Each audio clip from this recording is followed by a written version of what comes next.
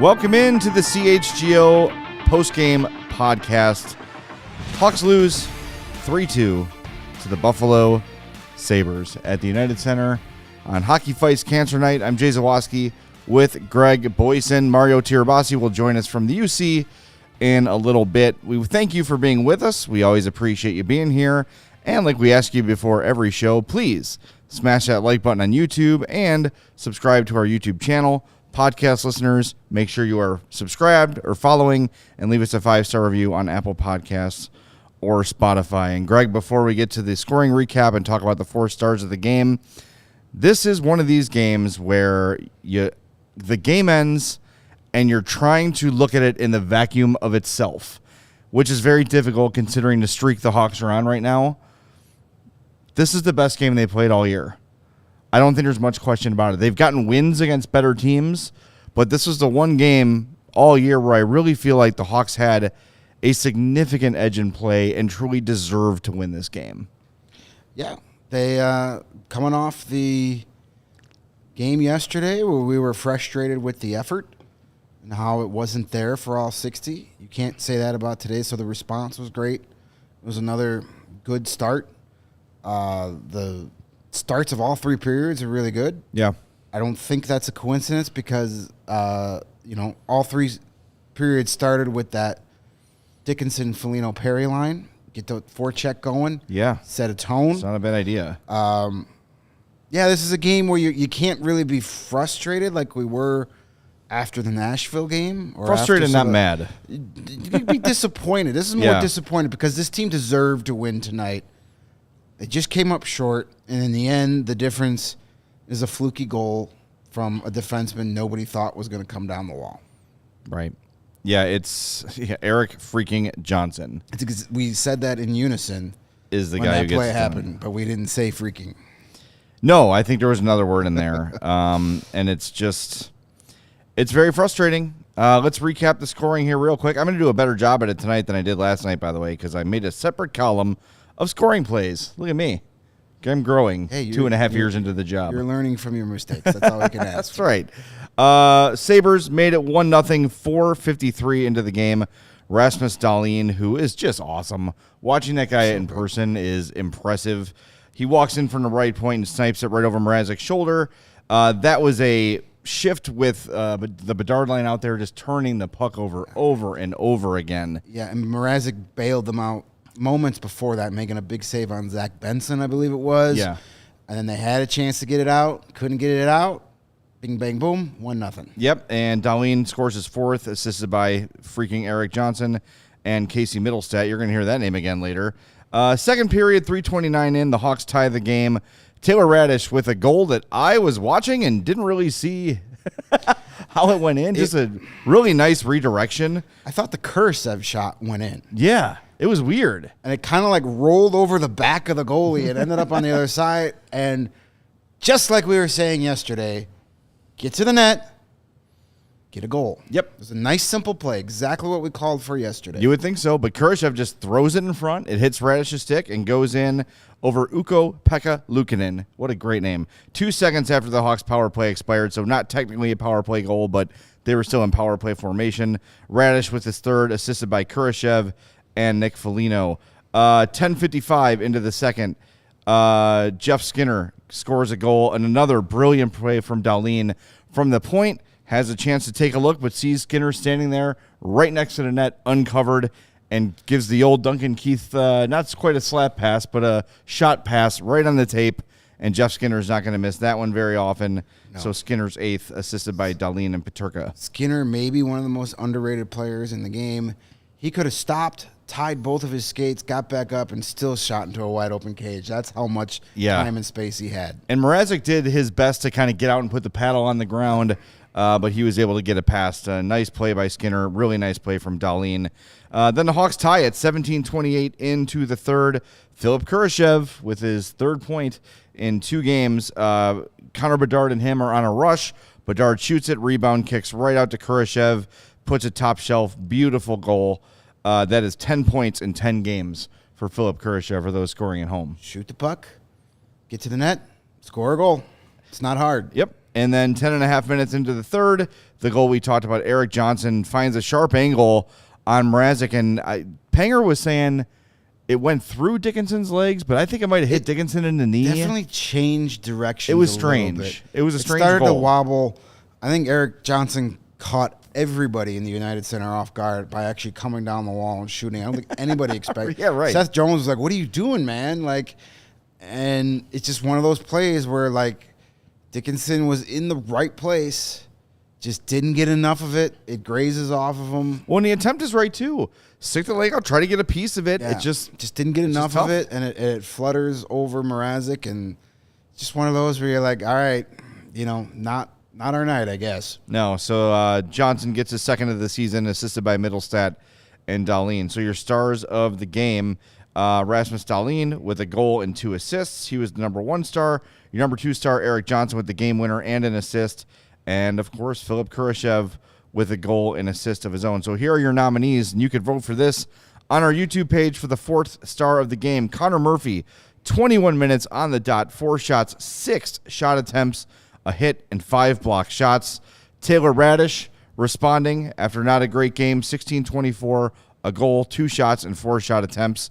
Still want to see him. There were still several moments in this game where he had this puck on his stick and was like, now I'm just going to not do anything. It's kind of a problem still throughout. Yes, throughout the team. Exactly. And then we're going to give one to Reese Johnson because he's just playing his ass off. 12-22, 2 shots on goal, including forcing a turnover on Rasmus Dahlin with his hustle. Gets a shorthanded breakaway, doesn't score, but ends with 2 shots, 3 hits, and a takeaway. A really solid game for Reese Johnson. So get your votes in on the YouTube page. So, yeah, it's the shooting epidemic was certainly in effect in the first period. And I think part of it is they keep getting scored on first. And they're playing from behind every game. And they get in this mindset of, all right, well, we have to be perfect. Because we come out of the game, we're flying, we're aggressive, we're making things happen, and then we're down. And I think it almost becomes like, man, we're doing everything right. All right, let's try something else now because we're down.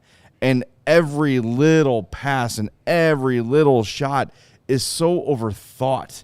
And finally, like halfway through the first, they really started getting the message. Maybe it's because they tied the game. I don't know.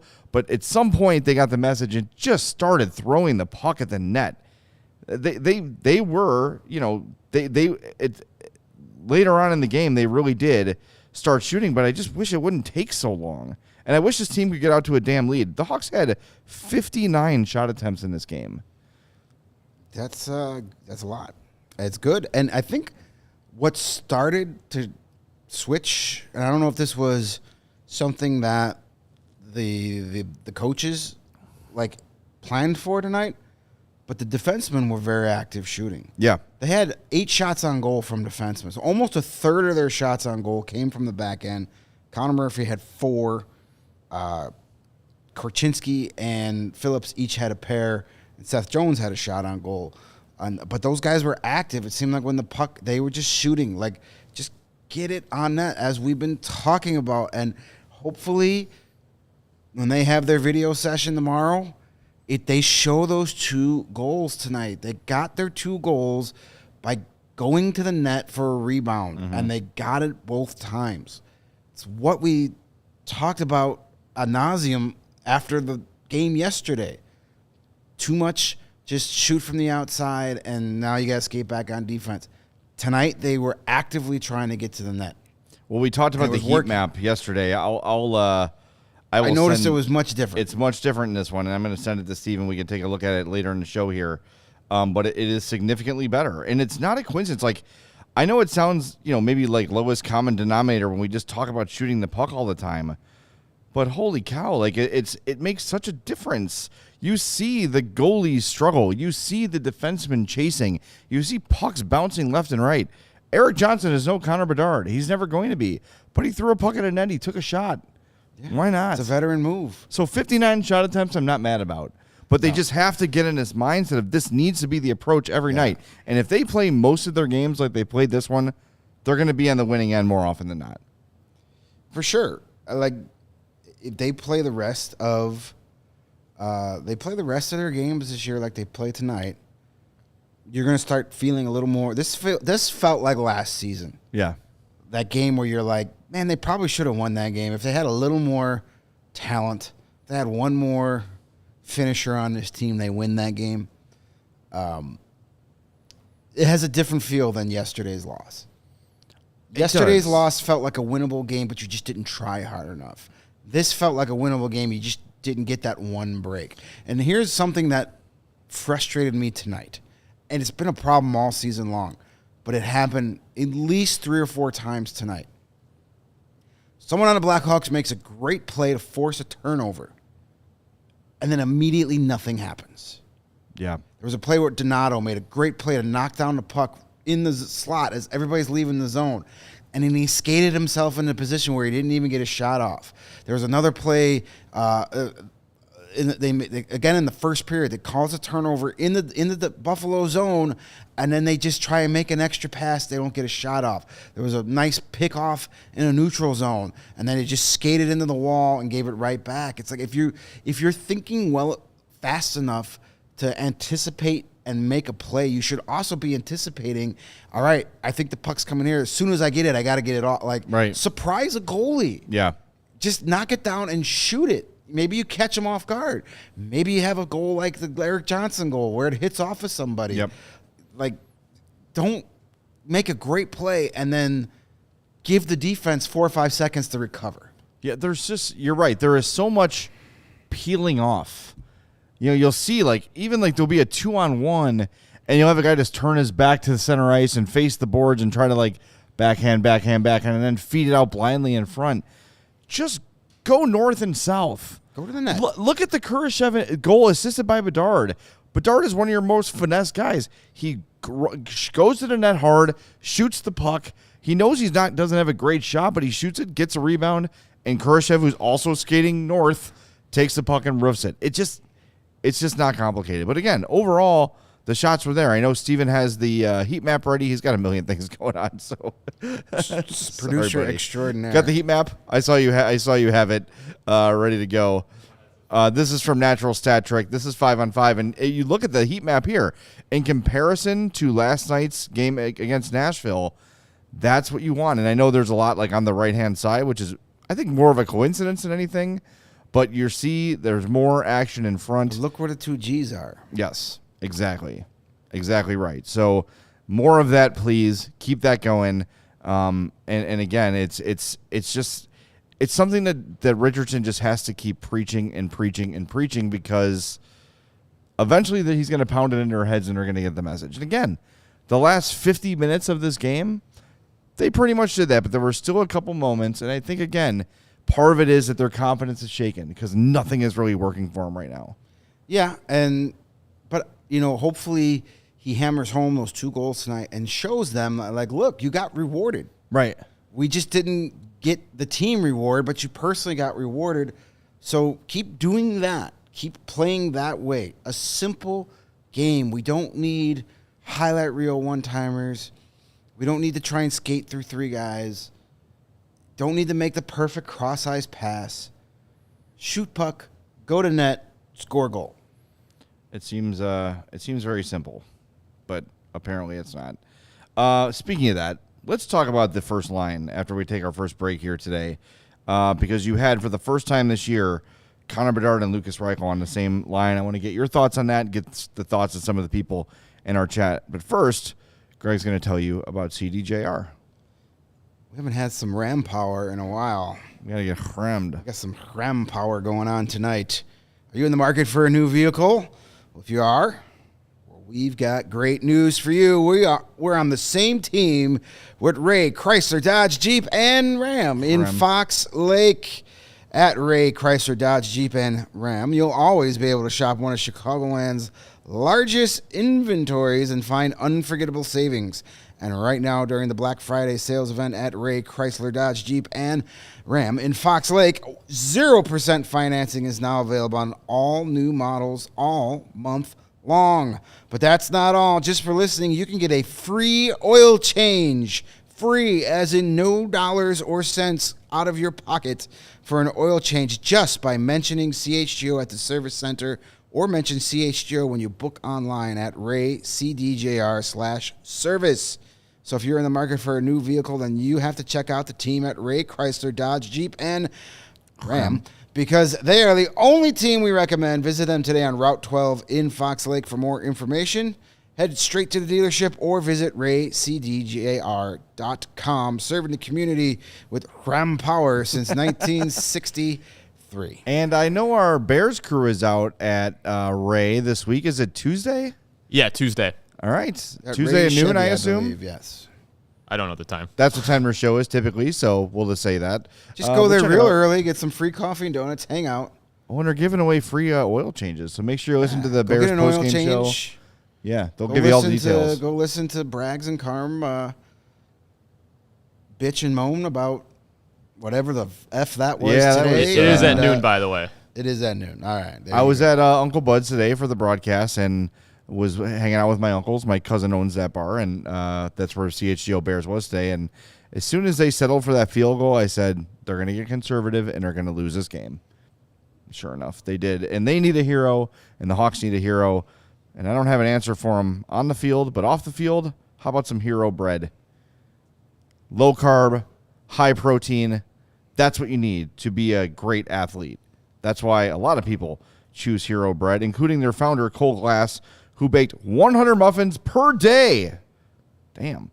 Before he found the perfect blend that fit his allergy constraints. That's what pushed him to start Hero Bread. You need a low-carb option to fit your lifestyle and your diet, and Hero Bread has it for you. And here's what's great about Hero Bread.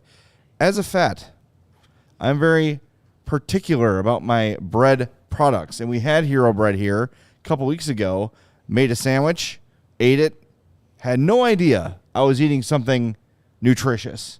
It tasted like your average bread, not average like it's bad, average like this tastes like your standard, what I would buy at the store to make my delicious sandwiches at home. It was awesome. It was soft. It was fluffy. It was delightful, just like Greg. And it's really great, and you're going to love it. It's high fiber, ultra low net carbs, and 0 grams per slice of sugar. That's great. Go to hero.co, use the code CHGO, and you'll save 10%. They make sliced breads, buns, and tortillas. Again, all available on hero.co and Amazon. They've got fewer calories than the leading national brand, 5 to 10 grams of protein per serving. But don't take my word for it. Right now, go to herobread.co, use the code CHGO, and you will save 10%. That's HERO.co to save 10% today. Do that. We have some super chats we got to get to. Let's do that, then we'll get to the top line. Kaz Can says Mac, Mackenzie Entwistle, has had really solid back-to-back games in his opinion. Agree. Also, peep the profile photo there. It's Mario with the helmet. Oh, nice. There you go. Maybe All it's, right. yeah.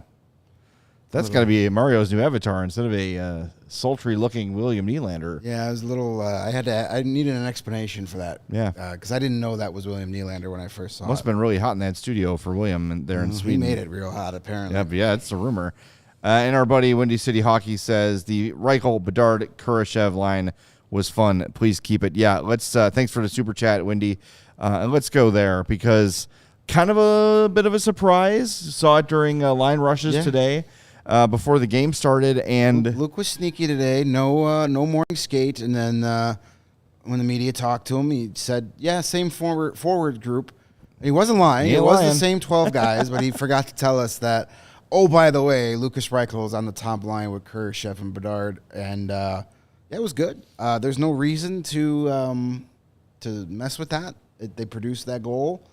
They were on the ice for the first goal against, but for the most part, 5-on-5, they were on the ice for 11-22. They had 16 shots attempts for against 10 shot attempts against for a 61.54 Corsi for percentage. The only line that was better at that was the second line, the Taylor Hall, Tyler Johnson, Taylor Raddysh line, in about 2 minutes less of time. But they had 10 shot attempts for and 4 against for 71.4. But that's real good. Yeah, both your top 6 was doing the work tonight. Yep.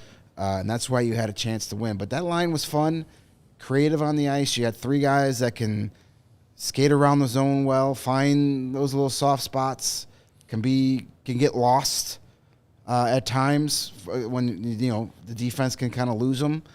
I liked it. A lot of people have been wanting to see that for a while, and I don't think there's a reason to move away from that at this point. No, it was a really good combination. Well, let's hear. Mario's with us from the United Center. Let's bring him in and see what Luke had to say about that top line, because I agree. You're going to get a lot of offensive production from those guys, and yeah, they're going to give up their chances defensively, but I like Kurashev in that role to kind of settle things down defensively and help those other 2 out. Mario, thanks for being with us, man.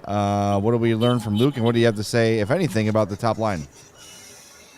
Yeah, I mean, he did like what he saw from that top line, putting Reichel with Bedard and Kurashev, and as much as offensive creativity and production that they can muster up, you're still giving up a little bit defensively. So that's kind of the balance between putting those guys together. But I think we saw it tonight that when they can control the puck, have sustained offensive zone time, they can create a lot of decent looks, a lot of decent chances. So I liked it. Luke Richardson said that he did like what he saw from those guys as a trio tonight, and I wouldn't think that there would be any changing of that going in the next game, given the results that they were able to put together tonight.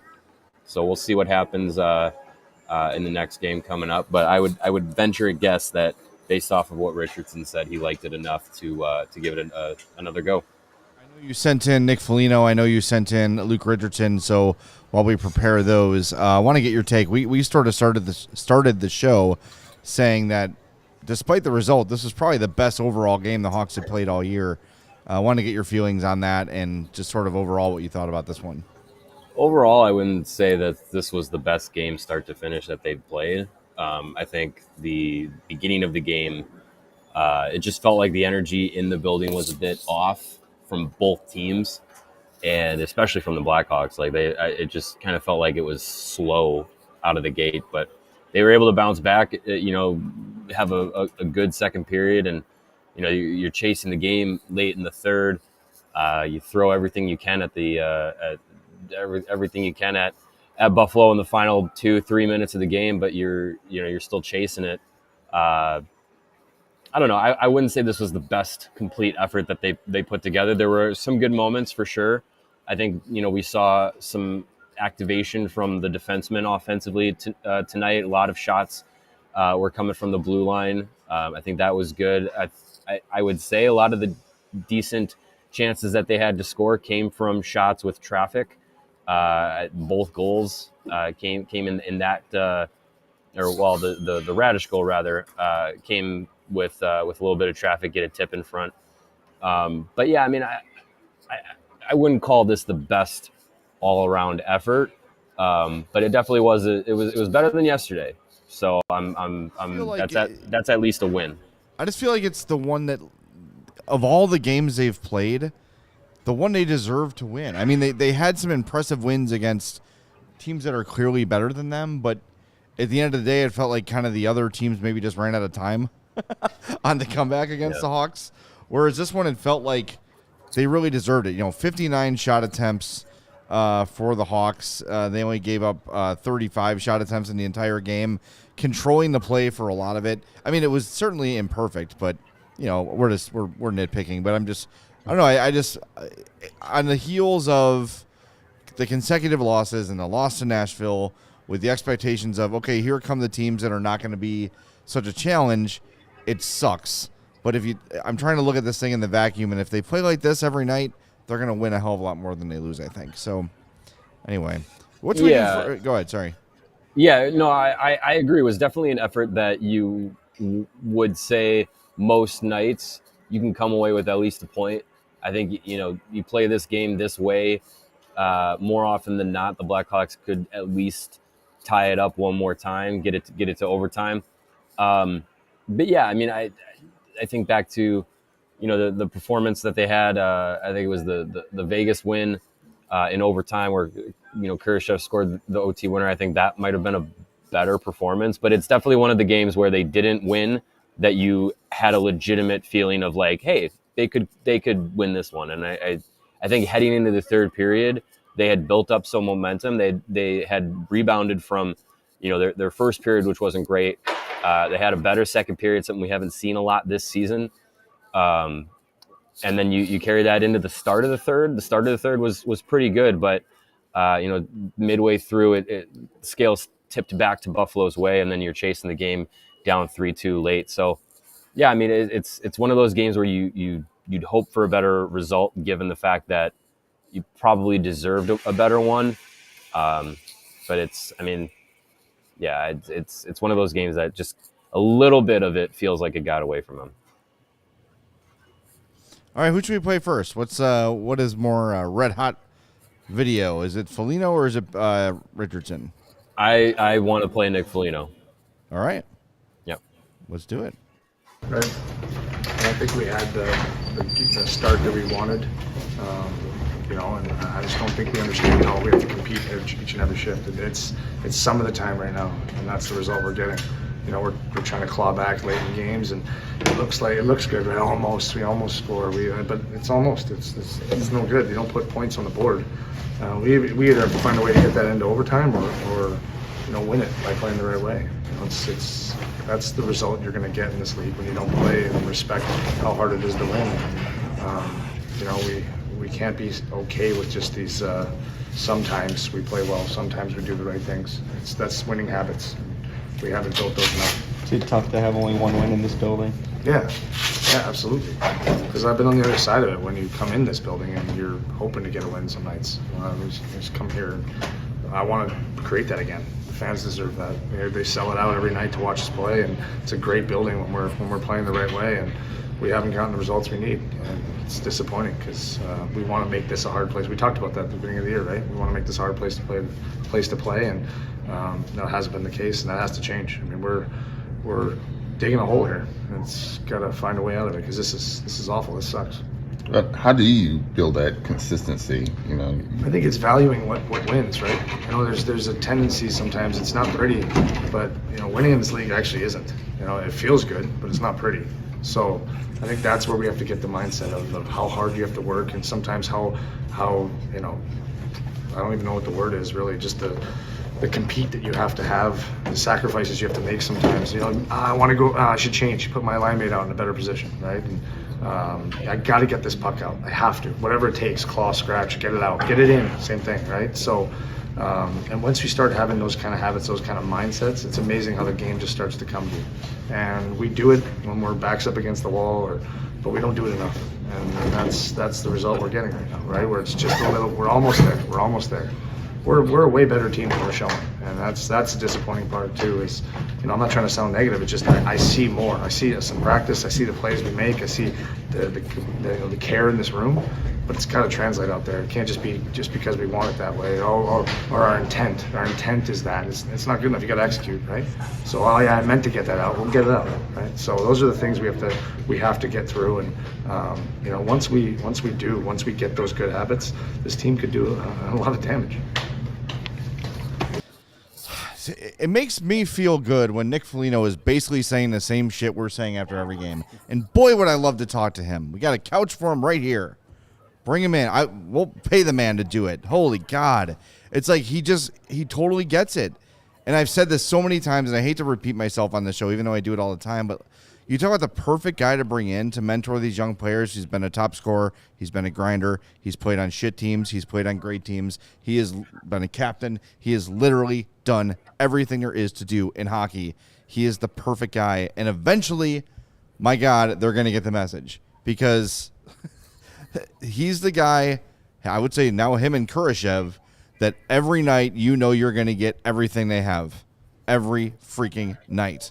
And all you can do, like Jonathan Taves did when he was here, is lead by example and tell the guys, hey, let's go. This is what we got to do here. I'm glad Foligno is unsatisfied with this. Well, Yeah. It's a loss. These guys don't want to lose. I mean, even the team last year that was designed to lose, and this team is not designed to capture anybody's imagination of a deep playoff run. They don't want to lose. It sucks. Yeah. It goes against every fiber in their being to lose games. So, like, as we could sit here and say, hey, kind of a moral victory. They played real well. They probably deserve to win that game. So we can't be mad. Nick Foligno's like, F that. We deserve to win that game, and I want to win that game, and I'm pissed that we didn't. Yeah. Yeah, I think the messaging that we've heard a lot in recent weeks, given the way that the team has been playing, has been centered around what Foligno said is that winning and doing the things that you need to do to score in this league and to win in this league are not necessarily always going to be tic-tac-toe, set up nice passes, saucing pucks across the rink to set up one-timers. It's going to be ugly goals. And, if it works in the playoffs, which we preach about all the time, about how much, greasy goals in the playoffs have to be and how you have to simplify everything. Well, if it works in the playoffs, why not try that style of hockey in the regular season? Because it can work here too. And I think, we saw a little bit more of it tonight. I would say a lot of the good chances, like I said before, a lot of the good chances came from when there was a shot with some traffic, with some, little hecticness around the crease. So I would hope that we see more of that and less 2-on-1 breakaways where no one decides to shoot the puck. We all just want to make beautiful passes and be on a highlight reel. Someone on this team, I said it on Twitter, I want to shake this team by the collar and say, someone be a goal scorer. So I would love for the message to get across that Foligno was saying. It's just like, you just have to simplify things. You have to, just be willing to get dirty, be willing to be physical and stop playing on the perimeter, looking for beautiful passes for one and done efforts.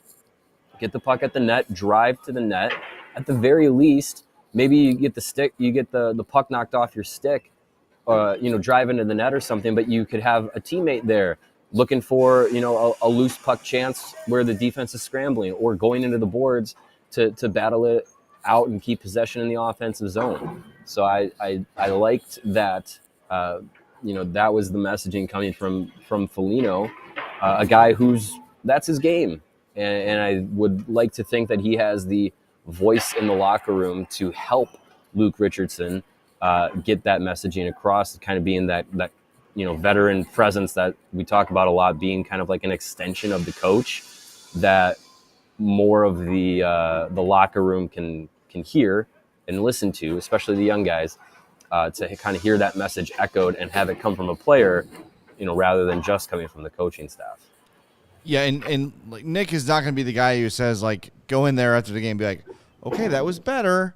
That was better. He doesn't want them to be satisfied with a performance like this. And the three of us can look at this and say, better, baby steps, hard to be mad after this one. They did everything right for the most part, aside from, the mistakes you're going to make in the course of a game. Nick Foligno and Luke Richardson can't just rest on those laurels because they don't want the guys to get complacent. They don't want losses. I love the TV show Shoresy, and he always says when he criticizes a player, they don't hate to lose. You have to hate to lose, and it doesn't matter what the expectations are of your team. You have to hate to lose the game, and you have to be hurt after every single loss. And when I look at guys in this team that hate to lose, number one is Nick Foligno. He looks irritated after every single Hawks loss, and that's the guy you've got these young players looking to. And look, I'm not being critical of the young guys. I think they care too. I don't think it's a matter of not caring. It's just a matter of learning on the fly and just having that message pounded into your head over and over again about how to win at the NHL level. And look, like, we could talk about, like, Connor Bedard is not blameless in this. Like, he has to learn that he's not going to be able to toe drag and dipsy doodle every shot he takes. He's going to have to pick his spots and simplify his game a little bit too, because guess what? This is not the Western Hockey League. It's not the World Junior Championships. This is the NHL. That's Victor Hedman out there, right? That's Roman Josi out there. That's Rasmus Dahlin out there. They've seen every trick in the book. They've been playing against Sidney Crosby and Nathan McKinnon and Cale Makar and all these star players for years and years and years, and they know when they've seen it. And I'm not saying that Bedard should not be creative and do the things he does that make him great. Of course, he's been awesome this year for the most part, but he's got to get better at picking his spots too. And with him, I believe he will get that lesson, because he's another guy I truly believe effing hates to lose. Yeah, you're not wrong there. I far be it from me to give Connor Bedard shooting lessons, but not every shot needs to be a toe drag and release. The league will, and I think has caught up to that tendency of his, because I can't tell you how many times, not only tonight, but last night and in the last couple of games, where you see Bedard get the puck and you see him get in a shooting position, and it's a toe drag and shoot. I get that he's loading up to release one of the best shots in the NHL, but I think it's got to be quicker. And because at this league, everything happens quicker. And I think the more that he goes to that, like, I'm gonna try and drag and release, defensemen are gonna scout that and see that coming and know how to defend that eventually. And I don't know, I saw a lot of shots in the last couple of games that are getting deflected by, sticks in the way and having shot chances broken up by defensemen from Bedard. So I would like to see him be a little bit quicker and decisive when a shot is coming, and be able to get that off and make that decision quicker. I also would like to see him stop giving up passing or giving up shooting lanes for passes. And sure, sometimes he makes the extra pass and it works to get a shot on net. But man, fire it, kid. Like, just I know you don't want to be labeled just a shooter, but it's the best thing you do. Like, let it go, let it rip. Like, I want to see him be a little bit more assertive. As much as I'm begging this team to have a goal scorer, I'm looking directly at him. Be the goal scorer. Be the guy that commands the puck, because he's going to fire it and he's going to make something happen. Every time he gets his shot off, I'm like, oh my God. Like, it is a piss missile every time it jumps off his stick. And yes, who cares if you have 82 goals and no assists? I'm like, that's a Hall of Famer, man. I don't care. Like, and I know it's not what's going to happen, but like, and again, we're nitpicking here, but these are the things we're talking about when you've got a young team, and it's not just Bedard. It's Reichel, who's less than 50 games into. I had a guy today tell me on Twitter that Reichel's Alex Nylander. I'm like, he's not even 50 games into his career. Can we pump the brakes? There's been some criticism at Korchinski in the chat. The Isaac Phillips, like, these guys are new. If you were around before 2010, you had 2 or 3 years of NHL Duncan Keith and Brent Seabrook that looked like Bambi on skates. Yeah. They didn't look like they could play at all. Duncan Keith's nickname for his first 2 or 3 seasons was Drunken Keith, because he looked like he had a 12-pack of beer before he took his first shift some nights. Yes. It's a work in progress. If you see improvement over the course of this year, then you're like, okay, we're on the right track here. And, stuff about Bedard and the shooting. Yeah, I think he'll learn that and he'll get that. And if he's worried about, I don't want to be just a shooter. I don't want to be a selfish player. I want to get assists too. If everybody starts thinking you're going to shoot the puck every time it touches your stick, then all of a sudden those passing lanes are going to start to open. You're going to be able to. That's when you, look to make the pass. Yeah. When they have the shot covered, but there are times when the shot is there, take it. Look, when it comes to development, look no further than tonight's number 3 star, Philipp Kurashev, who played his 201st NHL game tonight. 10 points in 10 games. It is his third multi-point game of the season already. Rookie year, 54 games, 16 points. Second year, 67 games, 21 points. Third year, 70 games, 25 points. This year, 10 games, 10 points. It takes time. Every player develops at a different pace, regardless of where they were drafted. Look at some of the young players the LA Kings have. Like Byfield and Alex Turcotte, like, still has not become an NHL player. Like, these guys, everyone's different. Everyone develops at a different pace. Look at Ryan Hartman, who was a high prospect, and it took him to get to Minnesota to become like, okay, this guy has fully realized his career. Rasmus Dahlin was not this guy his first year in the league or his second year in the league. Look at Jack Hughes. Yes. Number 1 overall pick. Disappointing rookie season.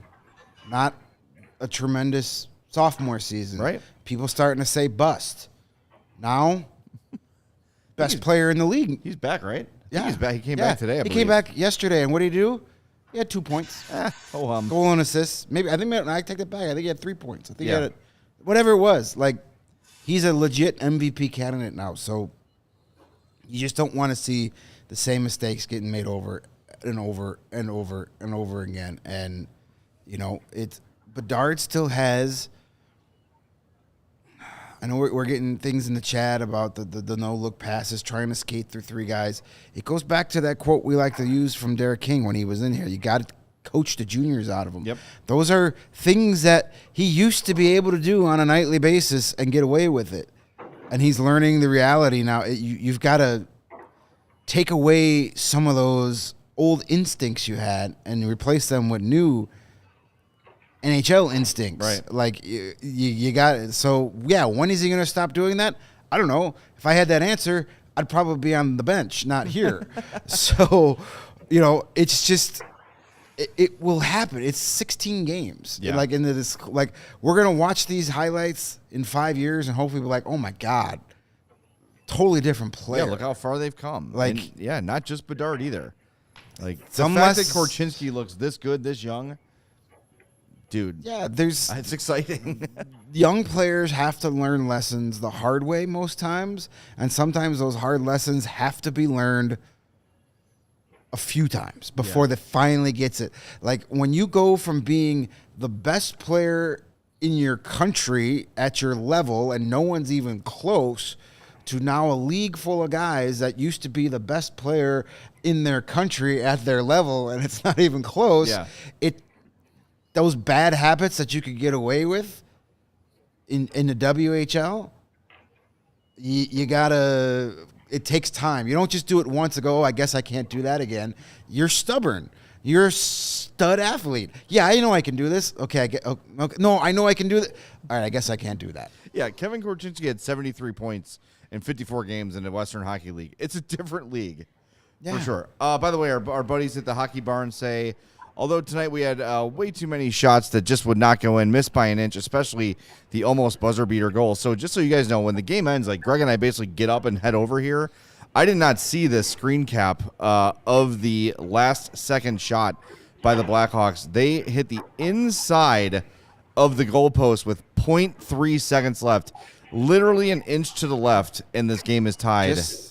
That's how close it was. You like my circle job I did on Just Mid-show, too. That's impressive. Just like the Montreal game where Tyler Johnson hit the post in the final second. Yep. So yeah, hockey is a stupid, silly sport. Yes, and we love Tonight it. proved it. And it was Eric Effin Johnson coming up the wall off a knee pad that won the game. And sometimes you got to take it. And so yeah, it's one of those weird nights that keeps us coming back. Yep. Mario, do you want to stick around for Luke, or do you want us to let you go and then play it after that? What do you want to do? You guys are running the ship here. You tell me. Well, you've had a very long day. Yeah, you've been here You since, had to like, go 9. see one guy skate around on the ice for a couple of minutes, and you had to sit through a Bears game. So how about we spare you and have you start heading the long drive home, and we'll do some reads and we'll do some Luke. Yeah, before we do that, though, you see here on set, it's Hockey Fights Cancer Night. We each brought our signs from the arena. Mario, you want to talk about who's on your card, and Greg and I will do the same before we spring you? Yeah. I'm not gonna Vince McMahon meme you guys, but Roll on it just in case. yeah, it's my grandpa is dealing with cancer right now, as is my dad, and also not on the page here, but is my uncle as well, and my brother-in-law. So it's we talk about how cancer touches everybody. You don't go through life without knowing someone affected by it, a friend, family member.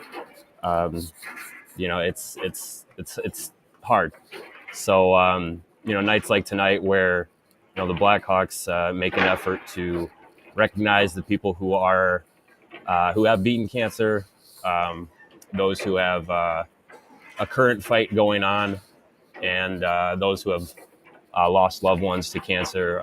It is pretty special. So just wanted to show a little bit of support for those close to me who are dealing with it, and to anyone else who themselves are going through cancer, going through a battle, or have loved ones or friends going through. There's a lot of people out there fighting that fight and fighting alongside you. So just it's hard, but we're all hoping for the best for everybody in whatever situation you're in. So that's just what it's about. Well said, buddy. Greg? I could have filled out 50, 60, Yeah, really. 100 of these cards. It was hard to just pick one person. I lost my father to cancer. My mother's a cancer survivor. I've got aunts, uncles. But I put down my Uncle George, who in the past year had to have major surgery to remove a tumor from just in his brain. They had to go in through his nose, major surgery. But he's doing well. He's cranking along, but he's a big hockey guy, so just wanted to let him know we're thinking of him, and to echo what Mario said, anybody, cancer it doesn't only affect the cancer patient. Yeah. It affects the entire support system all the way down, and it's the absolute worst. I wouldn't wish it on my worst enemy, and tonight is a night I love and hate at the same time. Yeah, it's tough. Because I love it. Yeah. But then you see, these stories. This little girl, 4 years old, dropping the first puck, has been dealing with a stage 4 rare brain cancer since she was 3 months old. It's just not fair and just awful. But I love that we get to have a night to with that center stage and celebrate the brave individuals who go through it. Not only the patients, but the support systems as well. I put down on the card both my parents. My mom is a breast cancer survivor. My dad, a prostate cancer survivor. My Aunt Julie, who went through just ungodly amounts of chemo about 15 years ago, and she's doing great. And Troy Murray, who was my first favorite Blackhawk after I became you jump in on the studs of the 90s, and then you realize, whoa, there's some really badass hockey players on this team. I've always loved Muzz. And Moon Mullen, who passed away over the last year or so.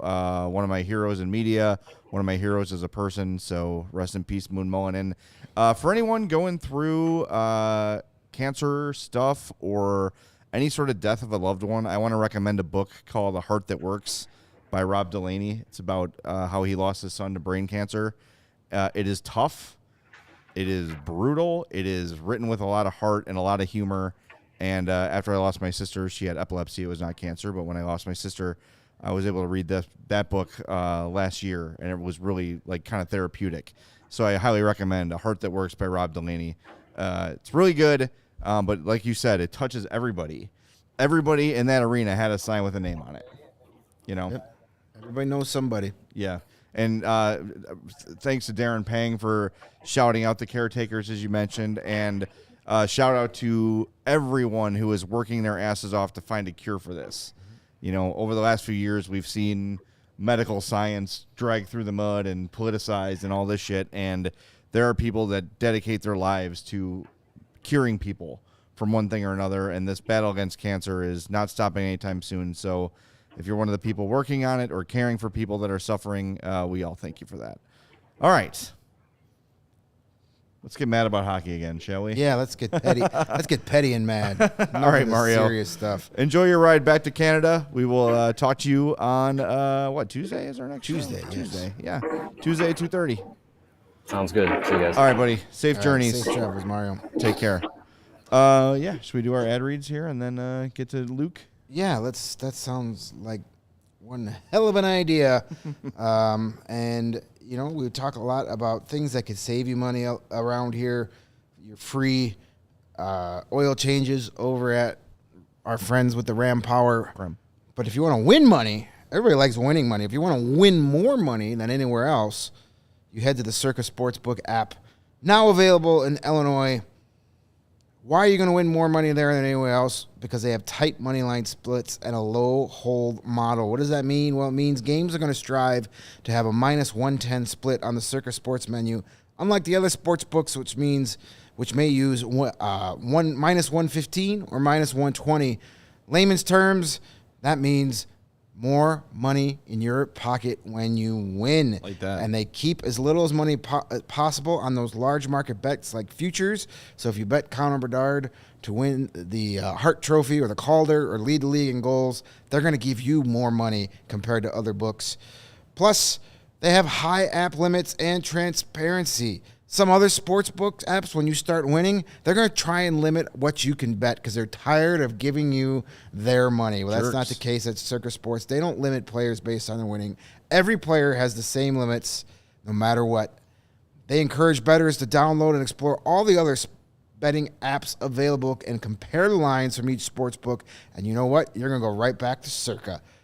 The thing that puts them over the top, besides more money in your pocket, if there's ever a problem, there are real people behind the CIRCA Sports brand who resolves issues in a timely fashion, unlike the other books who use the chat bots. Boo. Chat bots are like fluky Eric Johnson goals. They suck. All aspects of the app are being run by the same team that runs the main CIRCA Sportsbook at CIRCA Resort and Casino in Las Vegas, an immaculate sportsbook, I might add. Download the CIRCA Sports Illinois app at circasports.com/Illinois-app. Once again, that's www.circasports.com/Illinois-app to sign up today. Be on the lookout for CIRCA events like watch parties, tailgates. If you or someone you know may have a problem with gambling, call 1-800-GAMBLER, text GAMB to 833-234, or visit areyourreallywinning.com. And with all that money you win at CIRCA, you can get some new floors in your home, and there's no better place to do it than with our friends at Empire Today. They are a Chicago institution, you know that. They've got shop-at-home convenience, the right product for your needs, quick and professional installation, and a low price guarantee. Empire Today is the best place to get new flooring, so of course, they're going to have people trying to be them, but guess what? No one can beat Empire on quality, service, or speed. They'll promise you the lowest prices, but anyone that does that is putting bad flooring in your home. You might step on that floor, boom, right through into your basement. You don't want that. That won't happen with Empire. You're going to stay on the floor you intend to be on.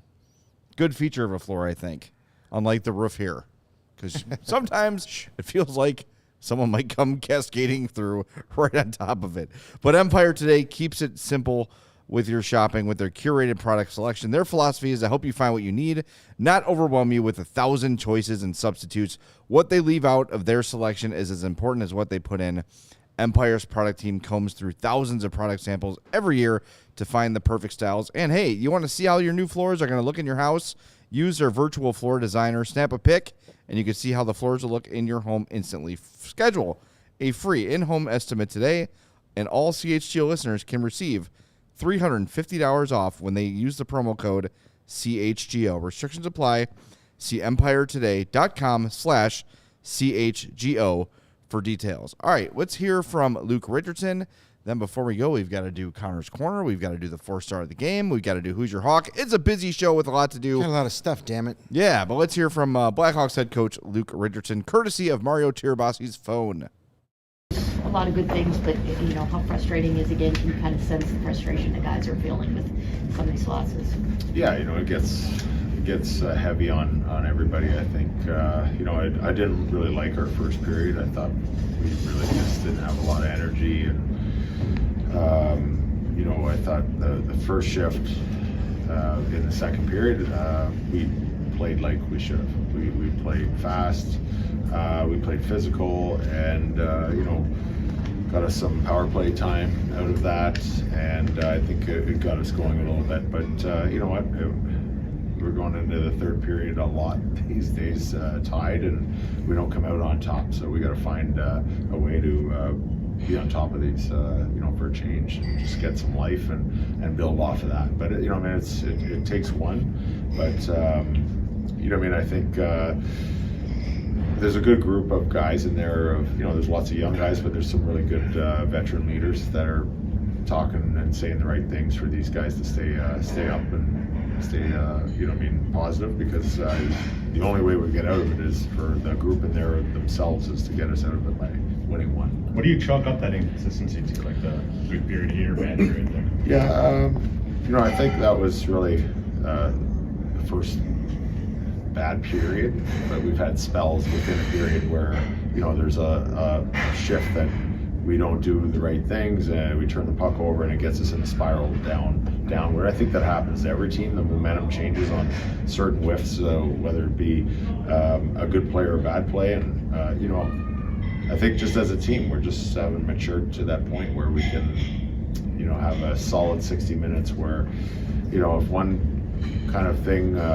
hiccups on our team, we don't multiply it. And I think what we want to do is like that first shift in the second period, and I think we did. We followed suit after that and had a pretty good period. But unfortunately, we just couldn't seem to muster much in the third a little bit. But I just there's really no words why it happens, but I think the other team was probably thinking the same thing coming in tonight, but they got the win, so now they have their first stepping stone on their way up, and we're still looking for ours. So now we have to look to the next game.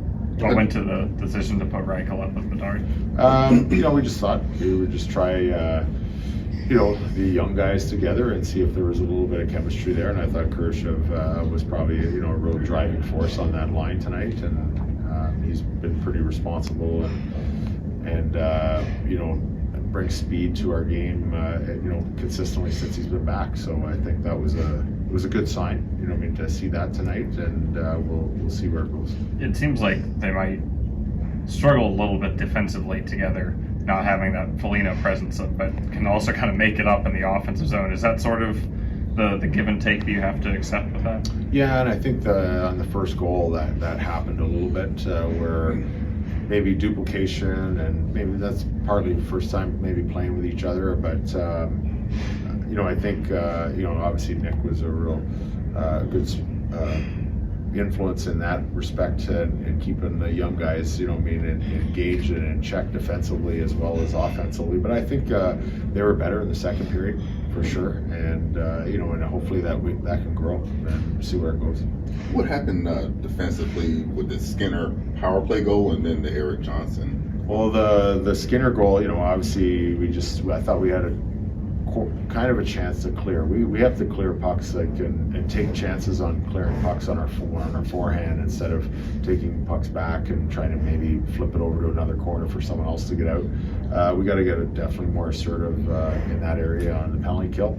And then what happened was when you don't get it out, we try to pressure, but you're a little tired, and it got to the top. And I think both D were on one post and Skinner went around the net, much like the goal.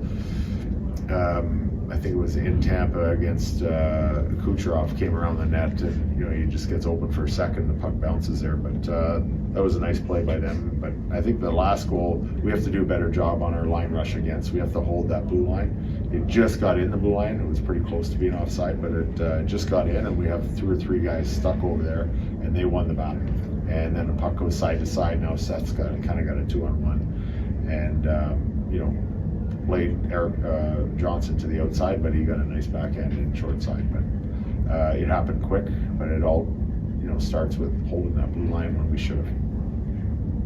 You started each period with the Dickinson line with Foligno and Perry. What did you see out of them? I think they were going to probably play against Tuck and Skinner most of the night is what the plan was, and they did a pretty good job. But I think it was the challenge after the first period to the whole team to play a little harder and skate harder, and I think they came out as veteran guys and showed the team how to do it, and they got under Darlene's skin, and they had a good forecheck, and then they ended up I don't know if we drew a penalty then or shortly after, because it got the team buzzing, and the next three lines that went out followed the same. So that's what we count on the veterans to do, and they do it in the dressing room, but they did it on the ice as well.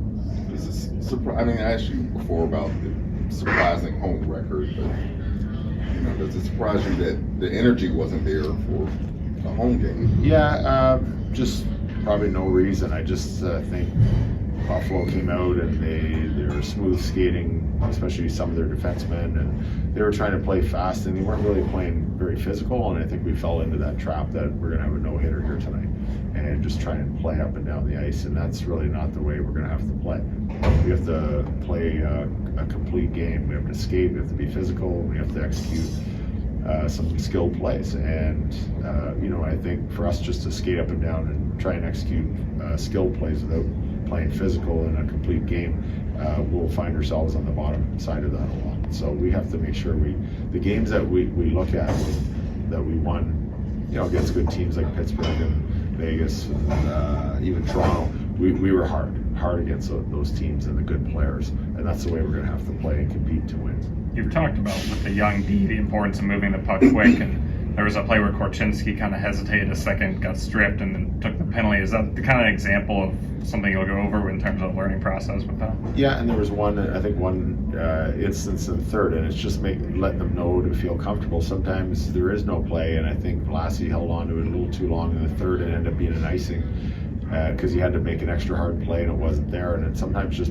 like we call it punting it, like an airmail to center ice is an okay play when you have nothing, especially for a young defenseman, because it keeps you out of that extra trouble where you're going to start chasing around and probably be playing behind them, so you end up either taking a penalty or giving them a chance. So it's a learning process, and we try to explain it and show it to them, and the more reps that they get, the less it'll happen. So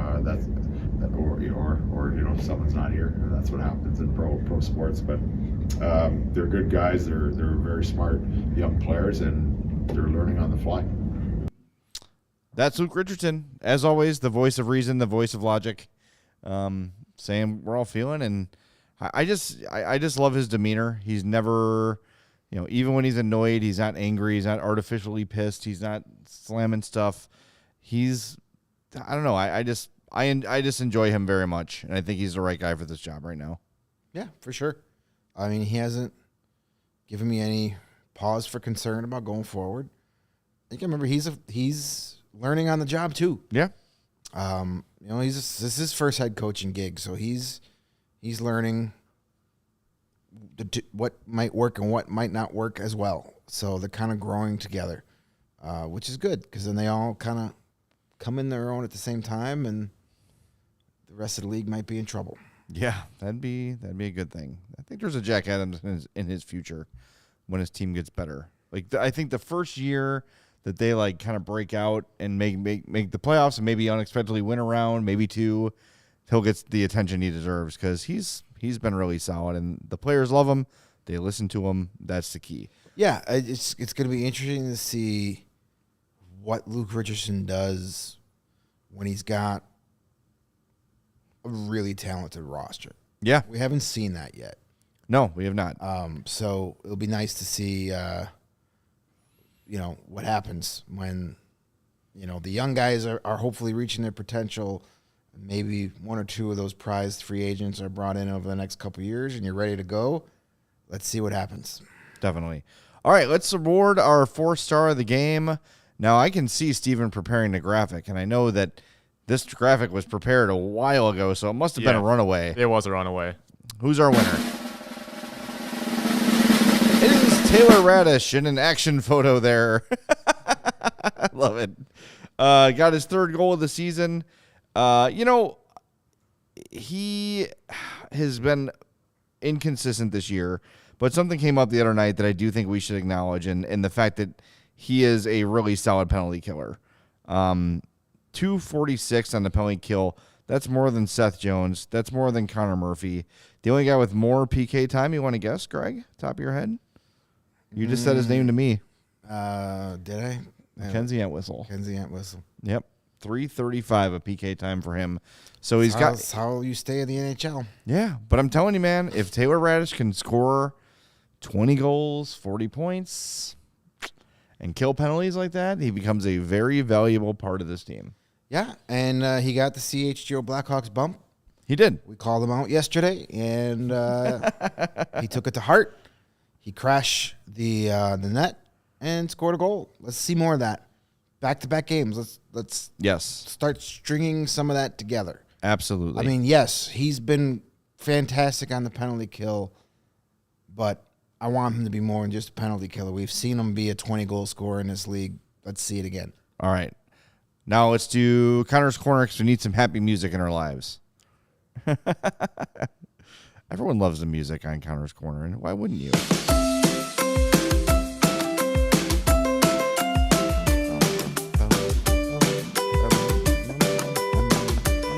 I just love looking at the graphic to see if anything new has appeared since last time we had the graphic on screen. A couple of people caught the addition to the graphic last game. Yeah. Yep. They'll be coming. They'll be coming during the year. So Connor Bedard finished the game with an assist, assisting on Philipp Kurashev's goal. Why did he get the assist? Because he shot the effing puck. Assists come that way too, Connor.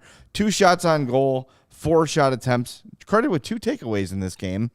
So, not every game is going to be 4 points from him. Like that's, but you want to see, as we discussed earlier in the show at length, learn those lessons, adjust to the league. I'm very confident he's going to. So nice assist for Connor Bedard tonight. And with that means for the 3rd game in a row, I have won. Who's your Hawk? Yes. Based on the power of the Lucas Reichel secondary assist. Yeah, I almost picked Nick Kurashev today, and I talked myself out of it. I went with Taylor Hall, and I'm an idiot. Hey, Taylor Hall had a nice game, too. Make no mistake. He had a nice game, but just didn't get on the score sheet. Yeah, it was a nice game. Could have been a better game. He could have scored. There are a couple plays he needs to be more aggressive, but, he's not one of those guys I really worry about when it comes to not shooting the puck. He'll have his brain farts, but shooting the puck is what he does best. He had 5 shot attempts, just none of them hit the net tonight. So, thanks, Taylor. 12 shot attempts for the Hawks with him on the ice, 4 against. That line was really good. It was effective. Just wish they could have pushed one across. That would have been nice. That would have been nice. The 4th line was great too. We need to give them a shout out. Reese Johnson. I know we put Reese Johnson as one of our 4th star candidates. That line was good. And we pondered our 4th star candidates, a guy that should get an honorary mention or an honorary 4th star. Yeah. Isaac Phillips was fantastic. He was good. Really good. Saved that goal in the 3rd period. Yep. Just they put him out there on the PK a little more. He's a kid that looks like he never wants to go back to Rockford. No, and, I thought that Kaiser was decent today, too. But I wonder if Phillips could push Kaiser back to Rockford. You don't know. See when Tenorti comes back, but, Phillips gives you what you're missing when Tenorti's not in the lineup. Right. Gives you that guy that is big and not afraid to get in front of the net and knock people around. But unlike Tenorti, he could skate real well, and he can give you some offense. He had a couple shots on goal. Phillips got a lot of power play time in Rockford. He was on the 2nd power play unit. He had 2 power play points before getting called up. So he's got some sneaky offensive ability. Yep. I'm a big fan of Isaac Phillips. Just the whole thing. He's a great kid. Yeah. Got awesome parents. Good. I want him to succeed. I think he could be a very popular player here by the way he plays. So let's keep him playing here and see what happens. He was 2nd best in terms of possession on this one.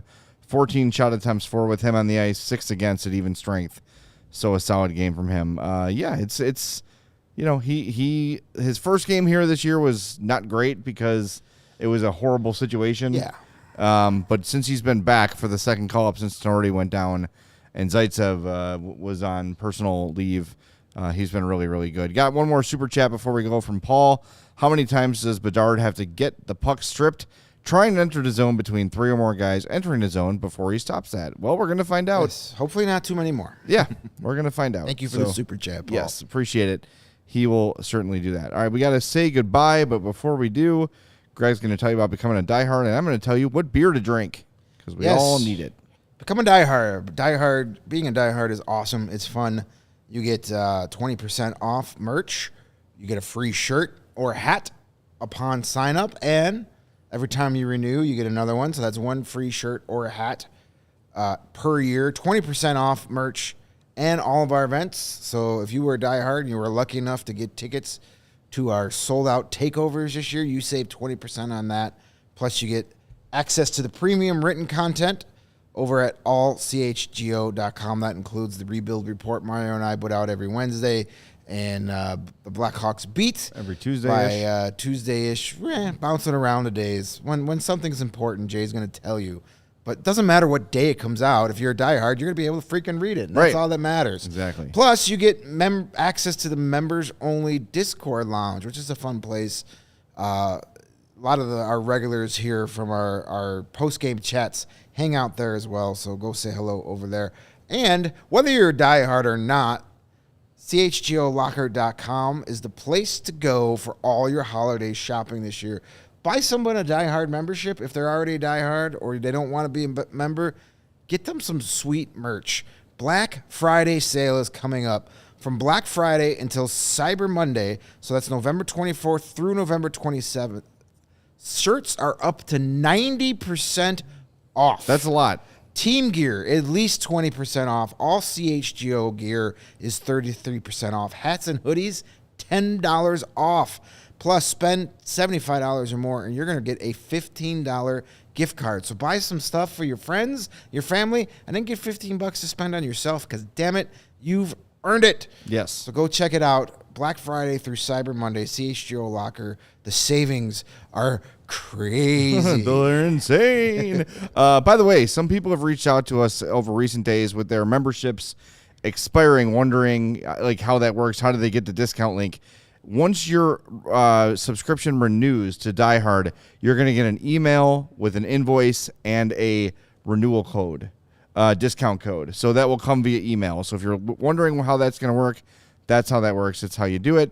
And celebrate the renewing of your Die Hard membership with an ice-cold, frosty Goose Island from our friends at Goose Island Beer Company. Chicago's beer since 1988. They've got the Oktoberfest, the beer hug, the beer hug family. The fug? 3-1. I'm telling you, this helmet. 312 wheat ale and the full pocket pills. That's what the Goose Island Brewers are drinking right now. But you know, Christmas time is here, so the Christmas ale will be here. The Blackhawks Pale Ale, the Bull and Goose, all available right now. And yesterday, I drank a beer that was not a Goose Island because I was at a fundraiser for a friend, and boy, I was missing that 312, my friend. I was missing that. So check out, make sure you drink Goose wherever you can. And I saw the beer vendor today at the Hawks game walking through with the Goose Islands. I'm like, I wonder if I would lose my credential if I started drinking up here. The answer is yes, so I didn't. Grab yourself an ultra-fresh, brewery-exclusive beer at Goose Island's original brew house on Clybourne and Lincoln Park, or from their tap room on Fulton Street in Westtown. Goose Island Beer Company, Chicago's beer. Hell yes. All right, we are back Tuesday with a 2:30 regular show. Yep. Then we got a game on Wednesday. 5:30 pregame, 6 o'clock, Blackhawks Ass Jackets. And then a game on Friday. Yes, no shows at all Thursday for Thanksgiving. Right. 1 o'clock home game Friday against those Toronto Maple Leafs. Yes. Yeah, so that'd be a fun game. So post-game show 4-ish? 4-ish. Yeah, usually around 4. No show Saturday, and another early post-game show on Sunday. This is another 1 p.m. puck drop against those jerks from St. Louis. Love it. Let's pick up some W's here, though, huh? Let's go. We need some points. No more moral victories. Let's get some actual victories, Blackhawks. We're calling you all out. It worked for Raddysh. Maybe it'll work for the team. All right, we'll talk to you Tuesday at 2:30 on the CHGO Blackhawks podcast.